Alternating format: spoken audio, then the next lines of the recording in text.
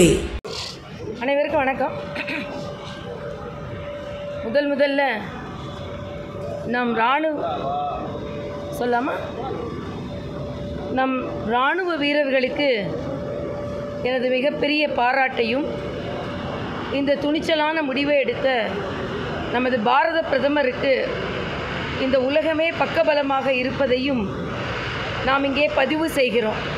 தீவிரவாதத்திற்கு எதிராக பாரத தேசம் ஒரு தீர்க்கமான முடிவை எடுக்கும் என்பதை நேற்று இரவு நடு இரவிலிருந்து அதை செய்து காட்டியிருக்கிறோம். இன்று காஷ்மீரத்தில் ரோஜாக்கள் இரத்தத்தினால் சிகப்பு ரோஜாக்களாக மாறியது இன்று தீவிரவாத ஒழிப்பினால் அமைதி காஷ்மீரத்தில் வெள்ளை ரோஜாக்களாக பூக்கும். அவை நம்ம இராணுவ வீரர்களுக்கு அர்ப்பணிப்பு என்று நான் காலையில் ஒரு பதிவு போட்டிருந்தேன். ஆக அந்த அளவிற்கு இரத்தத்தால் தோயப்பட்டு காஷ்மீர் 26 பேர்கள் கொல்லப்பட்டு நாமெல்லாம் துடிதுடித்திருக்கின்ற நேரத்தில், எந்த நேரத்திலும் தீவிரவாதத்திற்கு பாரத தேசத்திலும் இந்த உலகத்திலும் இடமில்லை என்பதை மரியாதைக்குரிய பாரத பிரதமர் பதிவு செய்திருக்கிறார். ஆனால் நமக்கு வேதனையாக இருப்பது என்ன என்றால், அப்படி ஒரு பாதுகாப்பு நடவடிக்கையை கூட விமர்சனம் செய்பவர்கள் தமிழகத்திலும் இருக்கிறார்கள். நாங்கள் நேற்றைக்கு முன்தினம் ஒரு ஆர்ப்பாட்டம் என்ன நடத்தினோம் என்றால், சட்டவிரோதமாக தமிழகத்தில் பாகிஸ்தானியர்கள் யாராவது இருந்தால் அவர்கள் அப்புறப்படுத்தப்பட வேண்டும் தான் சொன்னோம். உடனே ஏதோ மதக்கலவரத்தை ஏற்படுத்துவதற்கு நாங்கள் ஏற்பாடு செய்வதைப் போல தமிழக அமைச்சர்களும் முதலமைச்சர் போன்றவர்களும் பேசிக்கொண்டிருக்கிறார்கள். தயவு செய்து இது நாட்டின் பாதுகாப்பு. இதே கோவையில் எவ்வளவு பேர் சட்டவிரோதமாக பணியாற்றியதனால் கைது செய்யப்பட்டிருக்கிறார்கள் என்று நமக்காக தெரியும். அதனால் இந்த காலகட்டத்தில் நாட்டின் பாதுகாப்பு மிக முக்கியம். எல்லாவற்றிற்கும் மேலாக இந்த நாட்டில் உள்ள பல முதல்வர்கள் மரியாதைக்குரிய பாரத பிரதமரின் உறுதியான நடவடிக்கைக்கும் இராணுவத்தின் தயார் நிலைக்கும், அவர்கள் இராணுவம் தீவிரவாத அமைப்புகளை அழித்து ஒழித்ததற்கும் பாராட்டை தெரிவித்துக் கொண்டிருக்கும் பொழுது, தமிழகத்தில் மட்டும் முதலமைச்சருக்கு இங்கே ஒரு சின்ன ஒரு கட்டடம், தமிழகத்து பிள்ளைங்க நல்லா படித்தா கூட அதுக்கு முதல்வர் நாள் தான் படித்தேன் அப்படின்னு முதல்வர் எதற்கெடுத்தாலும் பெருமை பேசிக்கொள்ளுகின்ற முதல்வர், எதற்கெடுத்தாலும் உரிமையை எடுத்துக்கொள்கின்ற முதல்வர், இந்த நாடு ஒரு பாதுகாப்பு நடவடிக்கையில் ஈடுபட்டிருக்கிறது. அதற்கு இராணுவத்திற்கு நீங்கள் உறுதுணையாக இருப்பது நிச்சயமாக நாமெல்லாம் உறுதுணையாக இருக்க வேண்டும். ஆனால் அதற்கு உறுதியான நடவடிக்கை எடுத்த பிரதமருக்கு ஒரு பாராட்டை பதிவு செய்வதற்கு கூட தமிழக முதலமைச்சருக்கு மனமில்லை என்பதுதான் மிக மனவேதனையாக ஒன்று. ஆக இவர்கள் எந்த அளவிற்கு துவேஷத்தோடு விரோதத்தோடு மனதளவில் இருக்கிறார்கள். பாரத தேசம் என்பது ஒன்றுதான். ஆக தமிழக முதலமைச்சரின் மக்கள் விரோத, பிரதமர் விரோத, வேண்டுமென்றே மத்திய அரசின் விரோத போக்கு இந்த இக்கட்டான சூழ்நிலையை பதிவு செய்வதில் கூட அவர் வெளிப்படையாக செய்கிறார் என்பதில் மிக்க மனவேதனை. ஏனென்றால் முடித்துவிட்டோம் 4 ஆண்டு எனும், நாங்கள் வாழ்வோம் பல்லாண்டு, அரசு தொடரும் பல்லாண்டு என்றெல்லாம் சொல்லி கொண்டிருக்கிறார்கள்.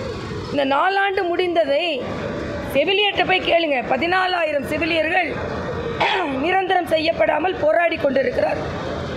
இடைநிலை ஆசிரியர்கள் நிரந்தரம் செய்யப்படாமல் போராடி கொண்டிருக்கிறார்கள். அங்கன்வாடி ஊழியர்கள் போராடி கொண்டிருக்கிறார்கள். மருத்துவர்கள், கரோனா காலத்தில் பணியாற்றிய மருத்துவர்கள் போராடி கொண்டு, எல்லாத்துக்கும் விடுங்க, தலை துண்டிக்கப்பட்டு கொலைகள் நடைபெறுகிறது தமிழகத்தில். தலை நிமிர்ந்து நடந்த தமிழகம் இன்று தலைகள் துண்டிக்கப்படுவது, தலைகள் துண்டிக்கப்பட்டு கூலி ஆட்களை வைத்து இன்று அராஜகம் நடைபெறுவது, சட்டம் ஒழுங்கு பாதிக்கப்படுவது, இதையெல்லாம் என்று நீங்கள் பதில் சொல்ல போகிறீர்கள்? வேங்கை வயல் 2 ஆண்டுகள் முடிந்துவிட்டது. இன்று வரை அதற்கு ஒரு பதில் இல்லை. ஆனால் சமூக நீதி எங்கே இருக்கிறது? நேற்று புதுக்கோட்டை மாவட்டத்தில் மட்டும் சாதிய கலவரங்கள், சாதிய வேற்றுமையினால் கலவரம் வெடித்திருக்கிறது. குழந்தைகள் மத்தியில் சாதிய வேற்றுமைகள் இருக்கிறது. அதனால் கடந்த 1 வாரமாக 4 ஆண்டை நாங்கள் முடித்து விட்டோம் என்று கொண்டாடி கொண்டிருக்கிறார்கள். மக்கள் திண்டாடி கொண்டிருக்கிறார்கள். இந்த கொண்டாட்டம் இன்னும் ஒரு 10 மாதம் இது கடைசி கொண்டாட்டமாக இருக்கும். ஏன்னா மக்கள் அந்த அளவிற்கு பரிதவித்து போயிருக்கிறார்கள். மக்கள் எல்லோரும் மகிழ்ச்சியாக இருக்கிறார்கள் என்று முதல்வர் சொல்கிறார். எல்லாவற்றுக்கும் மேலே இன்றைக்கி வரும்போது படித்தேன், புதிதாக வருபவர்கள் எல்லாம் முதல்வர் கனவில் இருக்கிறார்களாம். ஏன் உங்கள் புதல்வர் மட்டும்தான் முதல்வர் கனவில் இருக்கணுமா? யாருக்கு வேண்டுமானாலும் முதல்வர் கனவு காண்பதற்கு தமிழகத்தில் உரிமை இருக்கிறது. ஆக என் புதல்வன் மட்டும்தான் முதல்வர் கனவு காண வேணும், மற்றவங்க யாரும் புதிதாக வர்றவங்க யாருமே முதல்வர் கணக்கு காண வேண்டான்னு சொல்லிட்டு சந்தர்ப்பவாத மறைமுக கூட்டணி. சந்தர்ப்பவாத மறைமுக கூட்டணின்னு யாரை சொல்கிறீர்கள்? நாங்கள் சந்தர்ப்பத்திற்கு ஏற்ப ஏற்படுத்தப்பட்டிருக்கின்ற கூட்டணி. இந்த சந்தர்ப்பம் திராவிட முன்னேற்றக் கழக ஆட்சியை அப்புறப்படுத்தணும்.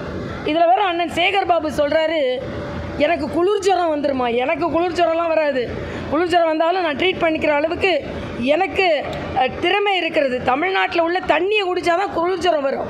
இன்றைக்கி கலப்பட தண்ணீர் எல்லா இடங்களிலும் இருக்கிறது. டாஸ்மாக் தண்ணியை சொல்லலை, டாஸ்மாக் தண்ணி எப்படியோ கொடுத்துட்றாங்க. குடி தண்ணீர் கலப்பட தண்ணீர்னால் ஒரே நேரத்தில் குடும்பத்தில் 3 பேர் உயிரிழக்கிறார்கள். இப்படிப்பட்ட சூழ்நிலையில் தான் தமிழக அரசு நடக்கிறது என்பதை நான் தெரிவித்துக் கொள்கிறேன். பயங்கரவாதத்திற்கு எதிரான ராணுவ தாக்குதல் ராணுவத்தோட துணை நிற்போம்னு சொல்லி முதலமைச்சர் இல்லை, அதைத்தான் நான் சொன்னேன். ராணுவத்தோடு துணை நிற்போம் நிச்சயமாக இல்லை.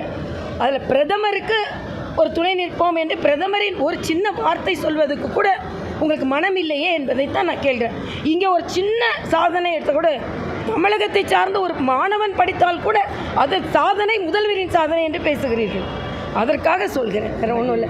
நீங்கள் பாராட்டி தான் பிரதமருக்கு பாராட்டு வர வேண்டும் என்று இல்லை, ஆனால் ஒரு பரந்த மனப்பான்மை கூட இல்லை என்பதுதான் எனது கருத்து.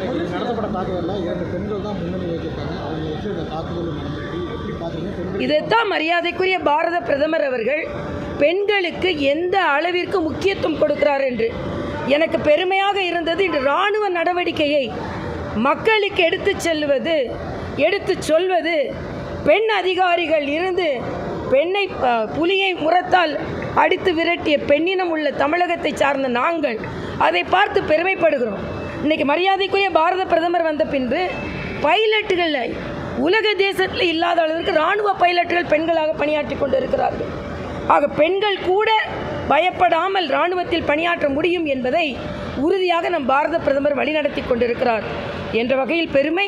அதே நேரத்தில் தீவிரவாத தாக்குதல் எந்த ரூபத்தில் வந்தாலும் அதை எதிர்கொள்வோம் என்று இந்த நாடு பெருமையாக எதிர்கொண்டிருக்கிறது என்ற வகையில் நமக்கு பெருமை.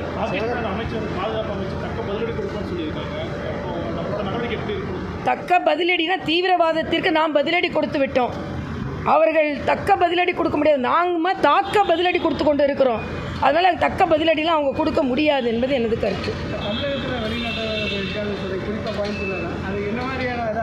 இல்லை, அதைத்தான் தமிழக அரசு சிகிச்சைக்கு வந்தவங்களை நீங்கள் வெளியேற்றுவதா, உங்களுக்கு மனிதாபிமானம் இல்லையா என்று கேட்கிறார்கள். சிகிச்சைக்கு கூட ஏற்பாடு செய்ய முடியாத ஒரு நாடு தீவிரவாதிகளுக்கு ஏற்பாடு செய்கிறது. இதுதான் மிகப்பெரிய கொடுமை. அவசர நிலைக்கு வர்றவங்களை டிரான்ஸ்பிளான்ட்டுக்கு வந்தவங்கள அனுப்புகிறீங்களேன்னு கேட்குறாங்க. டிரான்ஸ்பிளான்ட் எமர்ஜென்சி கிடையாது, இட்ஸ் ஆப்ஷனல். அதனால் இன்றைக்கு நம்ம நாடு பாதுகாப்பாக இருக்க வேண்டும். அதற்கு யார் மீதும் பச்சாதாபம் பட முடியாது. அண்ணன் வைகோ போன்றவர்கள்லாம் இலங்கையில் தமிழர்கள் கொல்லப்பட்ட போது ஒரு மாதிரி பேசிட்டு இன்றைக்கி போர் வேண்டாம் என்று சொல்கிறார்கள். போர் வேண்டாம்னு முடிவு செய்வது நாட்டில் உள்ள இராணுவம், நாட்டில் உள்ள இராணுவத்துறை அமைச்சகம். நீங்கள் இங்கே இருந்து சொல்வது எப்படி சரியாக இருக்கும் என்பது எனது கருத்து.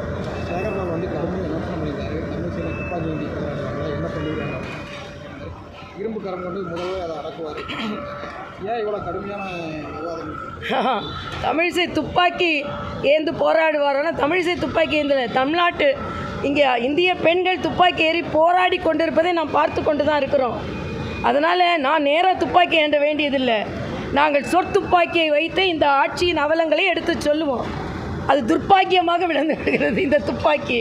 ஆனால் அதை தாங்க முடியாமல் இன்று பதற்றத்தோடு முதலமைச்சரும் அண்ணன் சேகர் பாபு அவர்களும் நாலு ஒரு ஊழல் வழக்கு ஒவ்வொரு அமைச்சர் மீதும், இதுவரைக்கும் 9 அமைச்சர்கள் மீது ஊழல் வழக்கு இருப்பது 10 மாதம். ஒரு அமைச்சரோட ஊழல் வழக்கை 1 மாதம் நடத்தினா கூட அவங்களுக்கு நேரம் அதில் சரியாக போகும். முதலில் அதை சரி செய்ய சொல்லுங்கள்.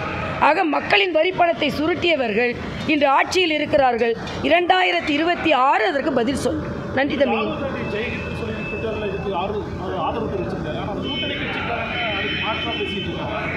இல்லை, அதாவது ராகுல் காந்தியோ அண்ணன் ஸ்டாலினோ இன்றைய நேரத்தில் பாரத தேசத்து கூட நிற்கணும். மாற்றுக் கருத்தை கார்கே போன்றவர்களெல்லாம் காஷ்மீரை பற்றி மாற்றுக் கருத்தை சொல்வதெல்லாம் வன்மையாக கண்டிக்கத்தக்கது. இது தவிர்க்கப்பட வேண்டும். நாட்டு பற்றோடு அனைவரும் ஒன்றிணைய வேண்டும் என்பது எனது கருத்து.